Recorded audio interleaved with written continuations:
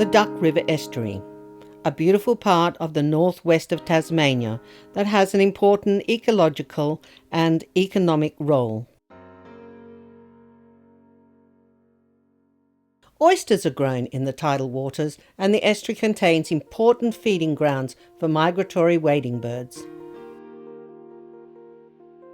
These vast mudflats support over 1,100 hectares of temperate coastal salt marsh. This is a nationally listed threatened salt marsh community. Also, here is a silent menace threatening that world: Spartina anglica, or ricegrass. Introduced more than 50 years ago, it has been far more successful than ever envisaged. Ricegrass grows between the high and low tide points, with the seeds being carried on the tide. I'm Joe Morrell, and we were involved in the spraying of the ricegrass.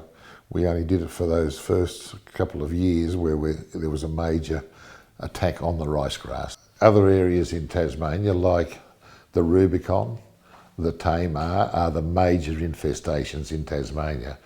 So they are considered virtually beyond control. The same thing will happen to this Duck River and the estuaries around here if a concentrated attack is not made on it now or very soon.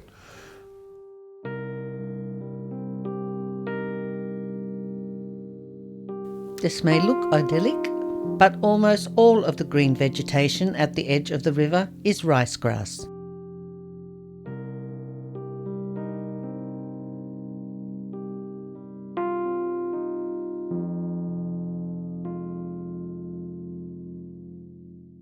My name is John Polk. I'm the General Manager of Boldens Bay Oysters in Smithton.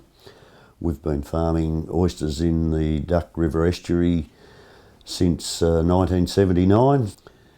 Well, ricegrass will eventually affect the estuary quite severely. As the ricegrass takes root and spreads out into meadows, you get sediment trapped by the ricegrass and the banks build up.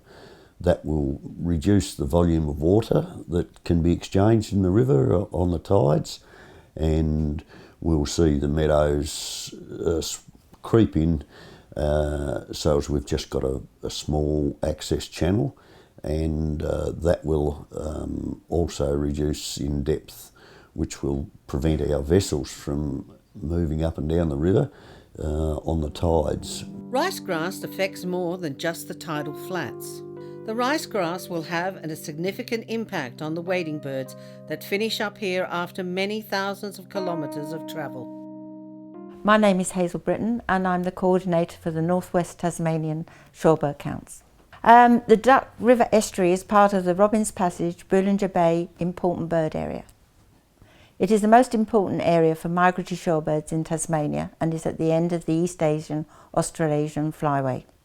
The birds that arrive here start their journey in the tundra areas of the Northern Hemisphere, and their journey takes them through China, Korea and Japan.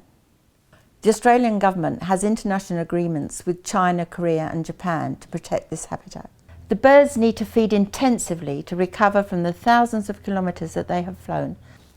It is important to eradicate the ricegrass to protect the feeding habitat of these birds.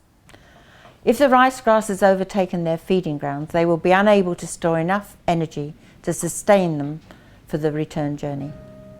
Ricegrass infestations do not only have an ecological impact, there are social and economic impacts as well. They close up the river channels, preventing access for recreational, fishing and tourism businesses. If the estuary becomes overrun with ricegrass, I look back at photos and that I've seen of what's happened to Chesapeake Bay in the United States. There was massive meadows of ricegrass that had really infested the bay, and that's what I fear this estuary will end up like down the track if we don't see some work done on it now.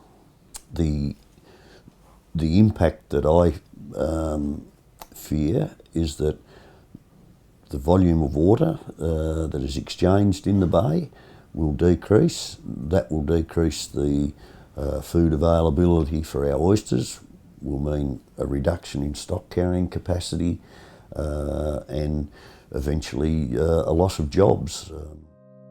So what is to be done about this? Here's one group doing what they can.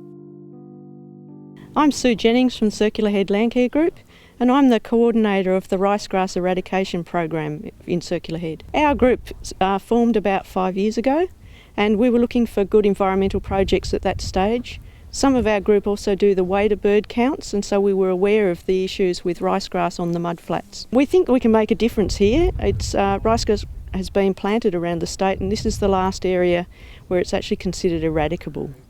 It's the same job as we did last year. We're doing the follow-up this year.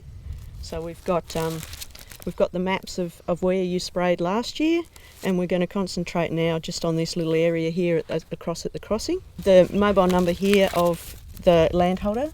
So if we get stuck or have any trouble there, that's the number to ring. Right. And we've got our tide windows and our permit information's all in there too. Yep. Okay, so that's your book, and have fun out there. Very good.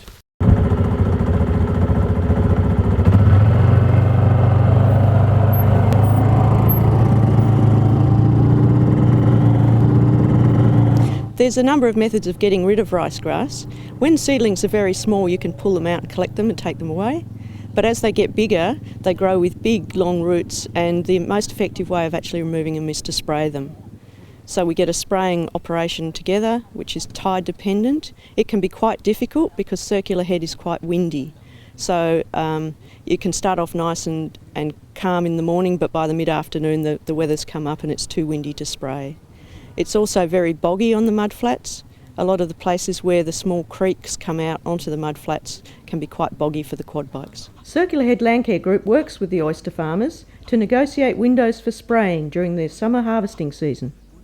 My name's Jeremy, I'm the president of Circular Head Landcare Group. We're marking the regrowth of the ricegrass.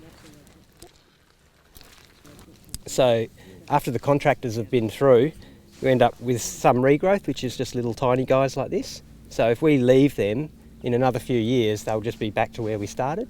So one of our major jobs is to come through afterwards and just do spot spraying to take out all the regrowth. If they're very small, we can actually pull them out, but you do have to make sure you get all these rhizomes, which actually can be quite tricky. They do break off fairly well. These are rhizomes here. So that's a new piece of growth coming up. That's another plant. Sometimes there are exciting side effects to eradicating the ricegrass. Hello, my name is Anthea Ferguson and I'm a member of the Circular Head Landcare Group. We were really excited to learn that our actions at controlling ricegrass protected yellow sea lavender, or Limonium australe, a plant that is protected, listed as rare in Tasmania, and it grows in the same habitat that ricegrass is invading.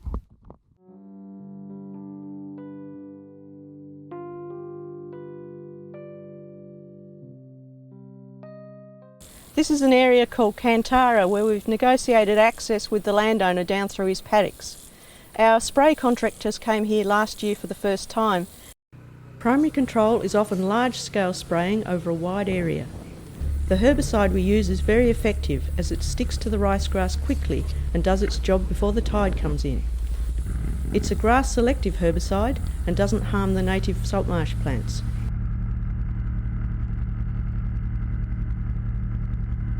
And you can see that in good conditions like this you can get about 90% kill in the first year. But you can see the little plants that we've missed, so it's really important to do the follow-up. With the follow-up we've got a couple of options.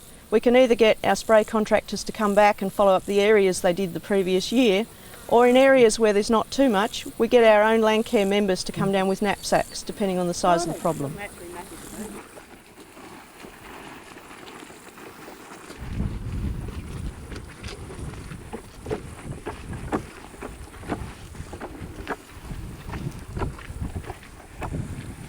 You can also see here the way ricegrass works. It grows out with its roots out into the mud and then traps the silt, and then grows out a bit more and traps the silt.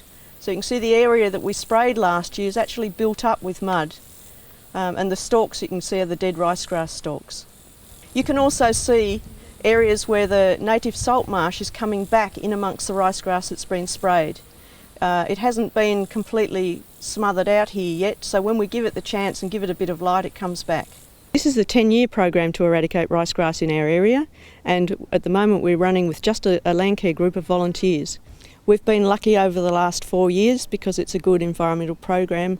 We've actually managed to secure funding from both Landcare Tasmania and currently from Cradle Coast NRM. Circular Head Landcare Group is committed to the eradication of ricegrass in the Duck River Estuary, to raising funds, negotiating with our stakeholders, planning and supervising the annual spray programs, and conducting the follow-up control. This could be the most important thing that our group will ever do.